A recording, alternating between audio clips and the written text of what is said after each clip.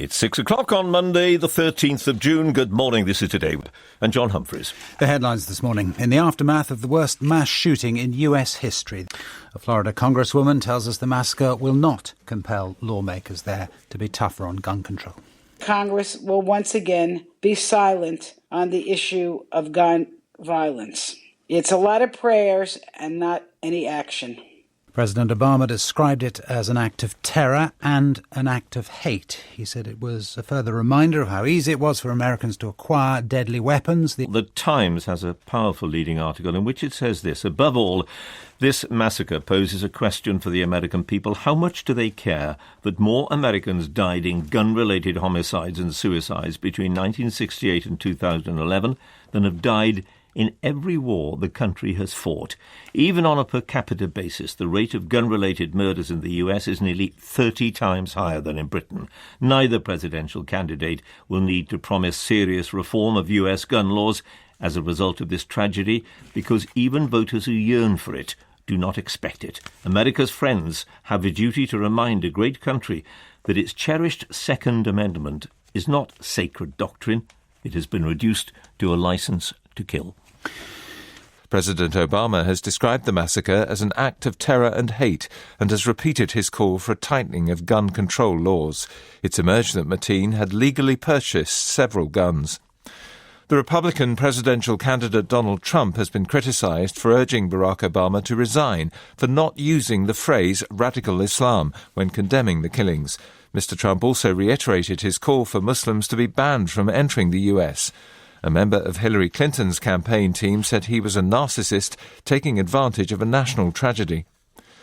I've been talking to our North America editor, John Sopel. He told me he was a lone wolf, apparently not connected to any organisation. So you have someone who seems that they have been radicalised and rings 911, rings the police in the midst of this siege to say, I'm doing this in the name of Islamic State, and Islamic State have said themselves that he carried it out in their name. You've had someone who is beneath the radar for the most part of the security agencies, but with mental health problems in a country where it is the easiest thing in the world to go into a gun shop and say, oh, I'll have that nice assault rifle on the wall, please. And, you know, with the most scant amount of checks, you walk out with perhaps the most dangerous piece of weaponry that you could have. President Obama has done what he's done so many times before. He's told the American people it's shocking and America has to do something about it. Yeah, I think it is the 14th occasion where he has gone into the White House briefing room to issue what feels like a lament. You know, he must have a template script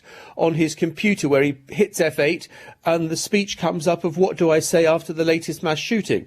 And he varies it a bit according to the circumstances.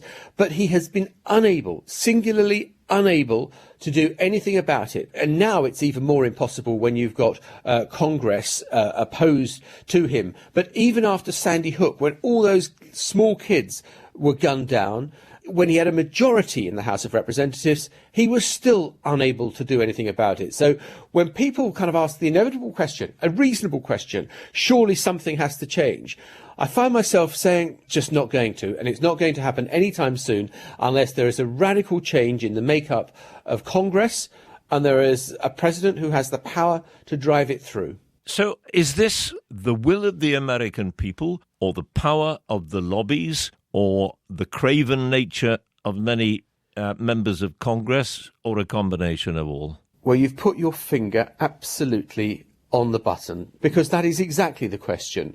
When Sandy Hook happened, the overwhelming support among the American people, if you look at all the opinion polls, was that there should be some tightening of the legislation. There should be a heightening of background checks. There should maybe be some kind of restriction on the availability of assault weapons like the one used in that attack and like the one used in this attack. However, it is not the will of the people that is speaking. It is the will of the lobbies. And the National Rifle Association, which is fantastically powerful, extraordinarily well funded, and brilliantly organised. It gives marks out of how sound this congressman or woman is on gun control issues. And if you step out of line, they will threaten to withdraw funding from you or, alternatively, fund a rival candidate to depose you. And so it wasn't just Republicans. Don't think it was just Republicans who resisted Barack Obama's attempts to tighten gun laws. Many Democrats as well, for reasons of fear, decided it wasn't worth trying to take on the National Rifle Association. And so although you have a public opinion in one place, you have the congressional leaders in quite another place and too timid to really move on this issue. John, thank you very much.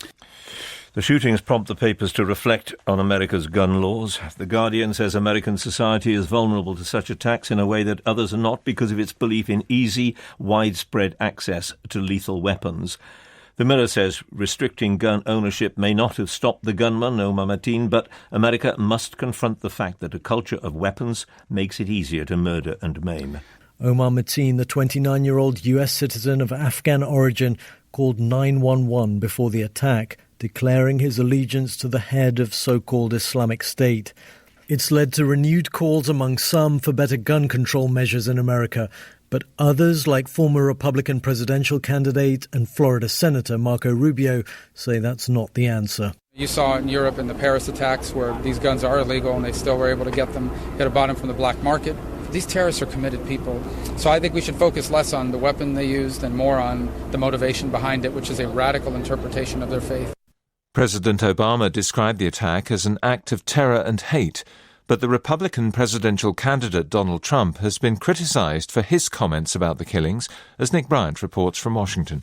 Declaring that America could not afford to be politically correct anymore, Donald Trump responded to the Orlando massacre by calling for President Obama to resign for not using the words radical Islam in connection with the attack and lambasting Hillary Clinton, claiming she wanted to dramatically increase immigration from the Middle East, bringing in many hundreds of thousands during her first term. Both the timing and tone of his comments, along with the fact that he thanked supporters for their congratulations about being right, as he put it, on radical Islamic terrorism, have brought an acid shower of criticism from opponents. A member of Hillary Clinton's campaign called the billionaire a narcissistic man-baby who turned a national tragedy into a moment of self-congratulation. But Donald Trump has said repeatedly in the wake of the attacks on Paris, San Bernardino and Brussels that his uncompromising remarks partly explain his unexpected political success. President Obama has been in office for almost 8 years, and in that time he has had to appear before the American people no fewer than 14 times, after someone went on a mass shooting spree with weapons they got hold of perfectly legally. The one certainty is that it will happen again. In yesterday's mass murder in a gay nightclub in Florida, 50 people died. More than 50 were injured. Well, in a tent outside the Islamic Center of Orlando, people are getting together at dusk now to break their fast. It is, of course, Ramadan. The imam here is Tariq Rashid. According to Islamic faith and Christians and Jews, right, homosexuality is not permissible, but at the same time, it's their choice. They want to do it. It's their lifestyle. We do not agree. But, they have the right to live as a free citizen. We have the right to live as free citizens. That's what Quran says, lakum deenukum waliya deen, which means that you have your lifestyle, I have my lifestyle. And so Quran is telling us something very, very different than what these radical people are doing. I think LGBT community also understands that Muslims in general are not like this. This one incident, no matter how grave it is, it's not going to do a permanent damage. And I think we can work together.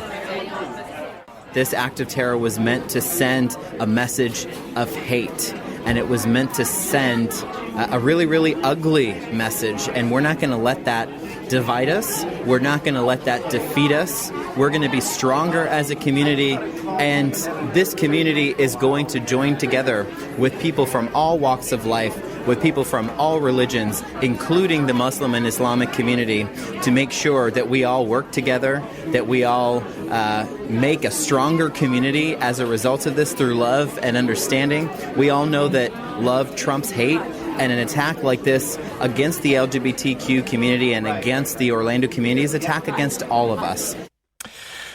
That report from Aleem Makboul. Well, I've been talking to a Democratic congresswoman for Florida, Lois Frankel. She told me that she understands the bemusement that the rest of the world feels at America's liberal gun control laws.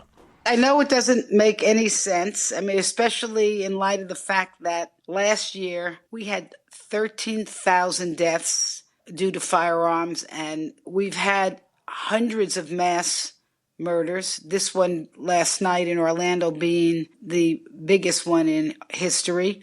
We do have a right under our Second Amendment, which protects the right to bear arms. Many of us will argue that it does not protect the right of individuals to possess high-powered semi-automatic weaponry, that it doesn't mean that we should not have background checks at gun shows. It is the Second Amendment that allows the right to bear arms. And that's it. I mean, people say, well, there we are, it's in the Constitution, and therefore that's it. People don't say, but the Constitution can be changed, has been changed many, many times over the centuries. Well, I don't know that we're going to see the Constitution change anytime soon, but what we can do and what we should do is pass stricter gun laws. I mean, that is something that the Congress and state legislature should do. I'm here in Florida where I've seen our state legislature absolutely go in the opposite direction. They have tried to pass laws, and they have passed laws allowing people to carry guns openly on their body. Very easy to get a firearm in the state of Florida. So, we see in state after state legislatures going in the opposite direction. But even with our Second Amendment, which gives the right to bear arms, the United States Supreme Court, which is our highest court, has clearly said that certain limitations are absolutely permissible. And I think that there are many things that we can still do to make our country much safer. But this terrible attack in Florida really isn't going to change anything, is it? Well, I'll tell you what will happen. Tomorrow, we'll be back in session in Congress. We will have a moment of silence, and then what I expect is the Congress will once again be silent on the issue of gun violence. It's a lot of prayers and not any action. And your reaction to that is what? Disgust. Despair? No, disgust. I think it's lack of courage, and I think it's a lack of duty. But you're not going to give up. Oh, no, I'm not going to give up. Listen, there's many of us who will fight every day for better laws to protect people. And it'll be an issue in our presidential election because we have two presidential candidates with absolute opposite points of view on this issue. Congresswoman, thank you very much. Omar Mateen shot dead 50 people in a gay nightclub in Orlando before being killed in an exchange of fire with police. He'd earlier sworn allegiance to the Islamic State group in a phone call to the emergency services. His ex-wife has spoken of his violent temper, calling him mentally unstable. President Obama has described the killings as an act of terror and hate and repeated his call for tighter gun laws. The Republican presidential candidate Donald Trump has been criticized after saying Mr. Obama should resign for failing to use the term radical Islam when condemning the massacre. 50 dead at the hands of a man with an assault rifle in a Florida nightclub. The police have identified some of them, but most have yet to be named. And the killings in Orlando on the front pages of quite a few of the papers, as you'd expect. The Sun calls the massacre America's Bataclan, compares it to the shootings at the rock concert in Paris last November, in which 90 people died. The Mirror believes the gunman, Omar Mateen, was evil, shows him half smiling for a selfie, dressed in black. The Times is among several papers to piece together his background. The paper says he was born in New York to Afghan parents who moved to Florida. He studied criminal law at university and held a gun license. It reports his former wife telling the Washington Post that he was unstable. He'd come home and beat her because the laundry wasn't finished. And the Sun says the couple divorced in 2011 and that Mateen has a 3-year-old son. The Daily Mail says he worked for G4S as a security guard. In the next hour, after those awful events in Orlando over the weekend, we will be hearing from Marco Rubio, the former Republican presidential hopeful, on what he thinks needs to be done now, specifically, of course, the issue of gun control. The gunman who killed 50 people in America's worst mass shooting was interviewed 3 times by the FBI on suspicion of links to terrorism, but no action was taken. Omar Mateen carried out the worst mass shooting in modern US history in the early hours of yesterday morning. He'd been interviewed on 3 occasions by the FBI about his alleged ties to terrorists, but when the final investigation was dropped in 2014, agents decided not to place him on a terrorism watch list. His former wife has said he was mentally ill. Our correspondent Lee McBall reports from Orlando. As the depressing list of victims that have now been identified gets longer, more details are emerging of the man who shot them dead at the Pulse nightclub. Omar Mateen, the 29-year-old US citizen of Afghan origin, called 911 before the attack, declaring his allegiance to the head of so-called Islamic State. He entered the club at about 2 a.m., firing at will with 2 weapons, a handgun and an assault rifle that had both been bought within the last week. It's led to renewed calls among some for better gun control measures in America, but others, like former Republican presidential candidate and Florida Senator Marco Rubio, say that's not the answer. You saw in Europe in the Paris attacks where these guns are illegal and they still were able to get them, bought them from the black market. These terrorists are committed people. So I think we should focus less on the weapon they used and more on the motivation behind it, which is a radical interpretation of their faith. The FBI said it interviewed Omar Mateen on 3 occasions, but decided any links to militant Islam were tenuous. Many are now asking whether more could have been done to prevent such a horrific attack. Opponents of the Republican presidential candidate Donald Trump have accused him of trying to make political capital out of the shooting.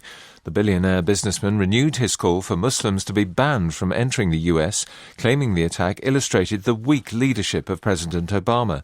Our correspondent Nick Bryant reports from Washington.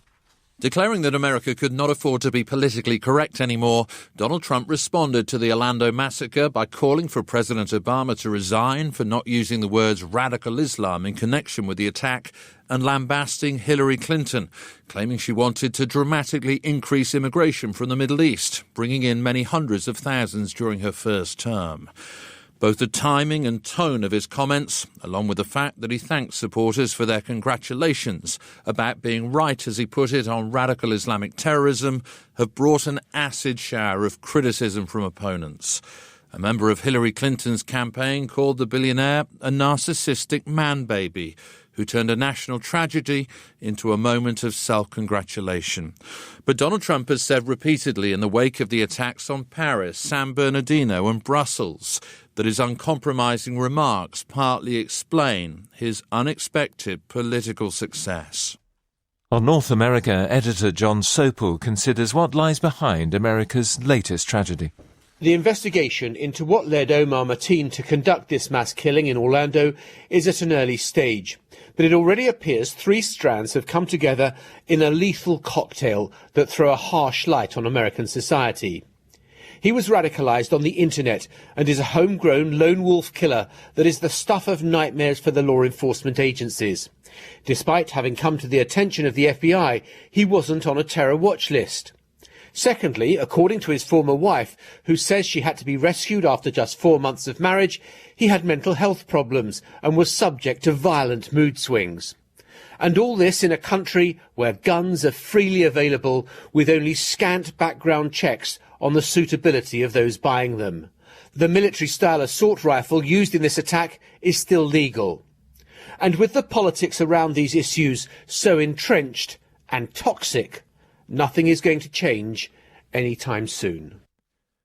The time, 8:10. Some of the men who were slaughtered by Omar Mateen in the Pulse gay bar in Orlando were able to text their relatives before they died. A mother called Mina Justice said her son texted, "He has us and he's going to kill us." And that, she said, was it. She heard no more from her son. And the worst mass shooting in American history, recent history at any rate, leaves 50 dead, many hundreds grieving, and a huge number of questions, of course, about security, about the politics of Islamic extremism, and, of course, about guns. The killer, Omar Mateen, was a Muslim who had 3 times been interviewed by the FBI, twice when he made what were called inflammatory comments to co-workers, and then again when officials found that he had ties to an American suicide bomber in Syria. Separately, his ex-wife said he was mentally unstable and had been violent to her. But no action was taken, and Mateen was able to buy just a few days ago, and quite legally, an assault rifle and ammunition. Sean Kagani is a childhood friend of the killer. When I was in elementary school, I would say probably 9-10 years old is when I first met Omar. We went to the same mosque in Fort Pierce, Florida. He wasn't, an abnormal kid.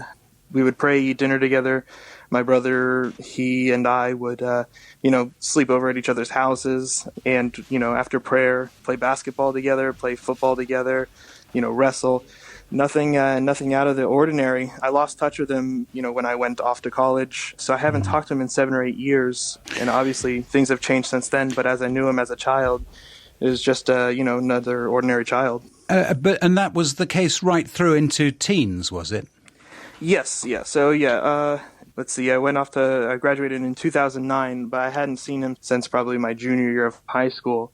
And yeah, he had not really, changed that much in terms of he never expressed homophobic tendencies or never, expressed any or acted out any violence or aggression towards anybody as long as I knew him. So when you hear his former wife saying that he was a violent person, that's a surprise to you, is it?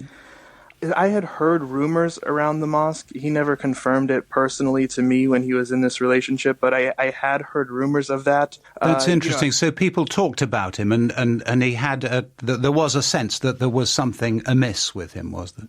Yes, yeah, at the time, especially, at the end of that relationship, I definitely believe his ex-wife when she says, those things about him. I have no evidence or reason to doubt her. Do people... you all grew up together. Do people talk about what's going on in the Middle East and about radicalization? Is it something that people chat about? Is it something that's an issue there? It's an issue, and I think it's definitely something that we need to talk about because, the vast majority of Muslims, I'm sure you've heard it, again and again, it's a peaceful religion. I'm sure Muslims who are very peaceful, friendly, happy people just, going along with their daily lives. And in the mosque I grew up with, none of the teachings had even hinted or remotely suggested anything about violence or aggression or radicalism. But it's a big problem because for people who follow the religion peacefully, things like this are a tragedy for all the victims. But if he had thought of how it's going to affect the Muslim community and affect his family, and, his family, I'm sure, is going to be under attack, his friends and the Muslims in the community who had nothing to do with this attack, they're going to be under attack now, and it's just a senseless act of violence. But yeah, we talk about Islamic extremism. I don't like the term because Islam is, fundamentally a religion of peace as far as, what I've studied and learned from it. But it's a problem that needs to be addressed, and in no way do I have any sympathy or compassion for anybody who is willing to harm another individual for their beliefs or thoughts. Sean Shagani, thank you so much for talking to us. I've also been talking to Juliet Khayyam, who was Assistant Secretary of State at the Department of Homeland Security. I asked her if, by interviewing Mateen on several occasions but taking no further action, the FBI could legitimately be accused of failing in its duty.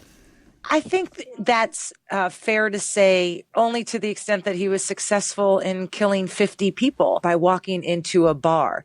The challenge is even though he was interviewed by the FBI several times, nothing he did to the moment of walking into that bar and killing 50 people would have disclosed any evidence that he is the one, right? That he is the one who is going to be acting this way in the name of ISIS or whatever motivation he claimed when he called into that 911 center in the middle of the killing. So is there anything more the FBI should have done? So the questions I have is during the interviews, if there was nothing there, at some stage they become cumulative, right? If someone over time keeps getting interviewed, you got to believe something's going on.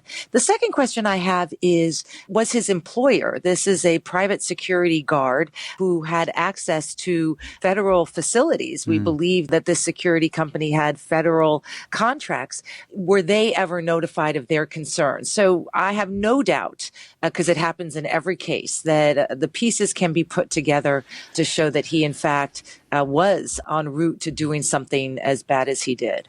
And he was also able, perfectly legally, it would seem, to buy a very powerful weapon, in spite of the fact that he'd been interviewed by the FBI.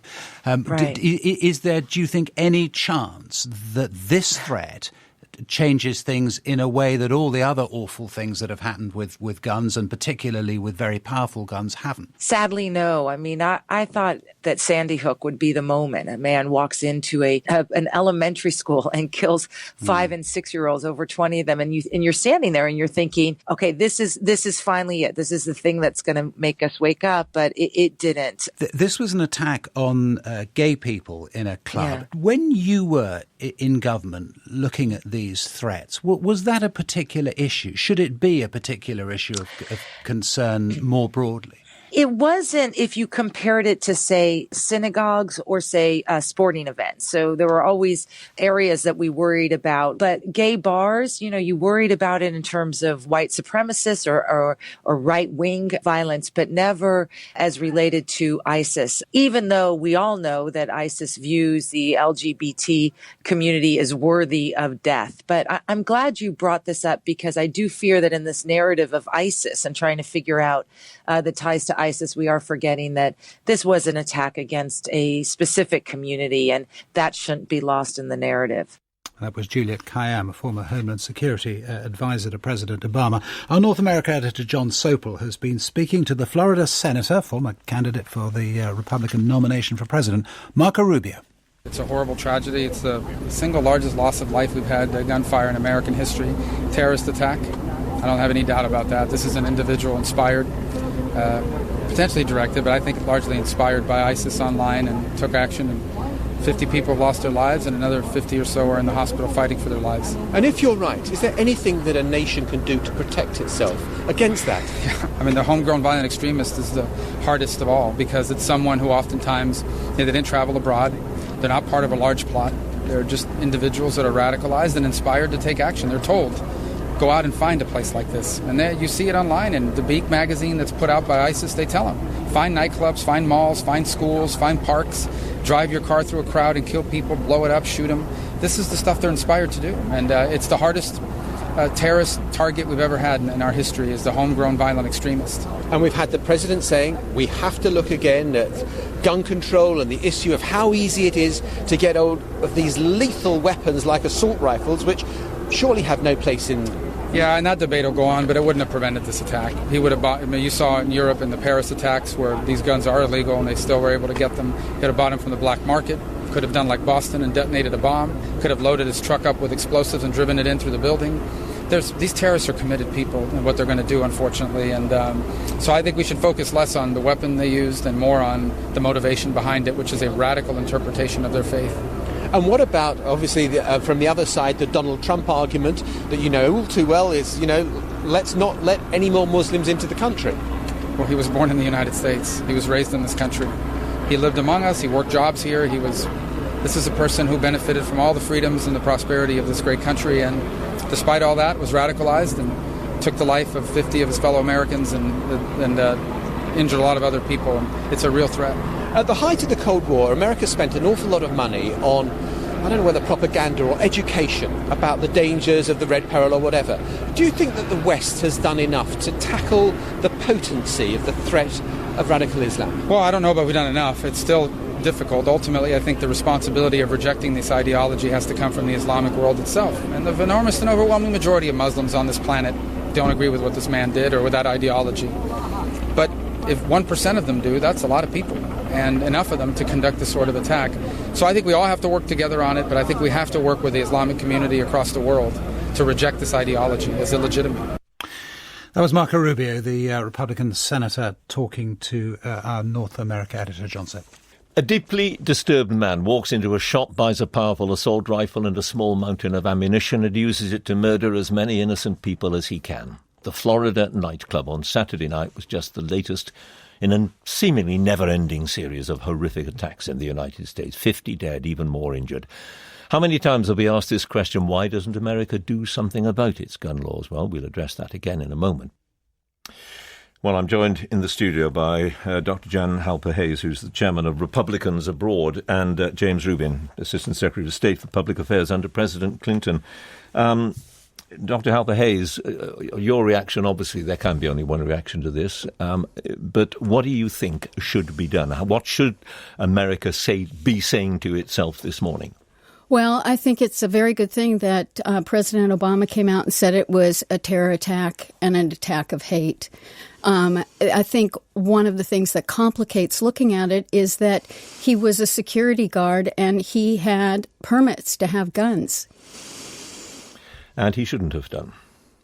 Well, it was his job. It's the Second Amendment and it's the law, and he was in a profession that required that he had to have it. But he'd gone into a shop and bought the particular assault rifle that he used in this attack only, I think, about 10 days earlier. Well, if he has permission to carry, then he was able to do that. Was it okay that he was able to go into a shop and just buy a weapon? I think what we really need to look at is how we're going to take guns off the street from gangs and from those who are not mentally well.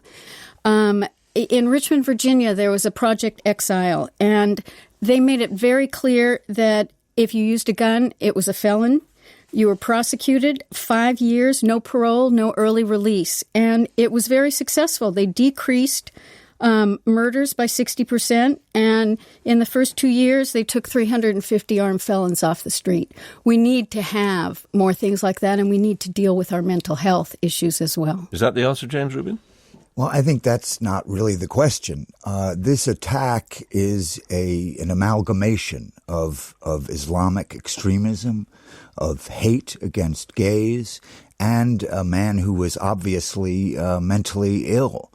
But his ability to kill 50 people and maim 50 others is only because he was able to purchase an automatic style weapon.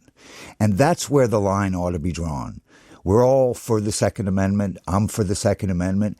But there's a difference. Which speaks of the right to bear arms. Correct. But there's a difference between having a gun for self-defense, even a handgun, and having an automatic weapon. It's the automatic weapon that turns this hate crime, this act of terrorism, from a small-scale attack to an act of mass murder, the worst in American history. And it is that combination that makes this so horrific. Therefore, the law, you believe, should be changed, the amendment Well, itself? yes, we used to have a law in this country, in America, that banned assault weapons. It was called the Brady Bill, and it unfortunately expired. And we can't get it renewed because of the extremism of the National Rifle Association, which thinks that a small change in the law about assault weapons, automatic weapons, will somehow take their guns away when nobody wants to do that. John Halper Hayes? Well, you asked Jamie if he thought that the amendment should be changed. I think he really means that the law should be changed, not the amendment. So you would both, just be clear about it, you both accept that the amendment itself should remain. The right to bear arms, you're nodding at both that. Right. So what do you think, Jan Halper, should be changed? I actually agree with Jamie. Assault weapons should be used in wars. It's only our military that should have it for that kind of defense. There doesn't seem to be any reason in self-protection based on our amendment that a human being should be able to go out there and fire and not even have to reload or click again, but just hold the button down and kill people. Well, that's remarkable. I just wish that our agreement and our understanding in this terrible, terrible tragedy... Because theoretically you're on opposite sides right, of the ideological divide. Would translate into our Congress and our executive passing that kind of law. So in 30 seconds, why doesn't it happen? Well, as I said, the National Rifle Association has a stranglehold on our Congress. Just down to their lobbying power. And they can control laws being prevented. But on a day like this, we can only hope that even those extremists at the NRA will think again. And John Halper Hayes, the same thought from you? I'm in complete agreement. So the law must be changed and... Well, as Jamie said, there was a law at one time. I think what we really need to look at is the power that the NRA has over the Republicans. Right. And there we must end it, I'm afraid. Thank you both very much. Jan Halper Hayes and James Rubin. Thank you. That's it from John and me. Good morning.